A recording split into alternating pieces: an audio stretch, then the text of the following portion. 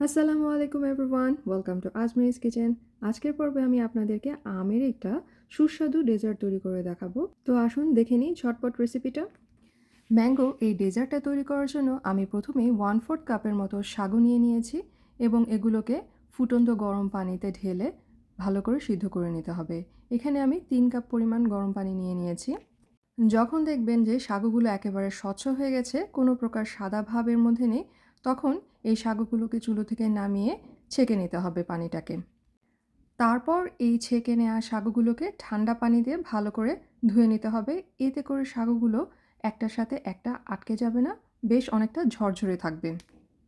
এবার আমি 2টি পাকা আম নিয়ে নিয়েছি। একেবারে পাকা মিষ্টি টসটসে আম। এগুলোকে এখন ছিলে টুকরো করে নিতে হবে। আর সেই টুকরোগুলোকে স্মুথ করে ব্লেন্ড করে নিতে হবে। এর জন্য আপনারা এই আমের টুকরোগুলোকে হাত দিয়ে চটকে নিতে পারেন অথবা একটা ব্লেন্ডারের সাহায্যে এগুলোকে ব্লেন্ড করে নিতে পারেন। আর ব্লেন্ড করার সময় আমি এর মধ্যে 2 টেবিল চামচ পরিমাণ চিনি দিয়ে দিয়েছি।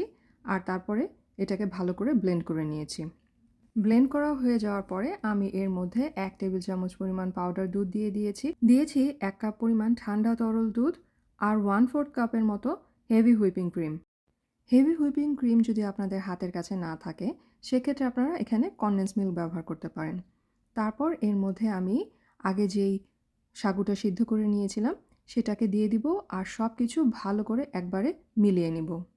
মিশ্রণটাকে ভালোভাবে মিলাতে হবে যেন কোথাও সাগু দলা পেকে না থাকে। সব কিছু ভালোভাবে মিলিয়ে নিলেই এটা খাওয়ার জন্য উপযোগী হয়ে যাবে। তবে এটা ঠান্ডা ঠান্ডা খেতে বেশি ভালো লাগে। আর যদি উপর থেকে কিছু আমের টুকরো ছড়িয়ে দেওয়া হয় তাহলে তো কথাই নেই। তো এই গরমের দিনে এই আমের সিজনে আপনারা এটাকে বেশি বেশি করে বানিয়ে খাবেন। আর আমার চ্যানেলটাকে সাবস্ক্রাইব করে আর এই ভিডিওটাতে একটা লাইক দিয়ে আমার পাশে থাকবেন। তো পরবর্তী ভিডিও দেখার আমন্ত্রণ জানিয়ে আজকে এ পর্যন্তই। আল্লাহ হাফেজ সবাইকে।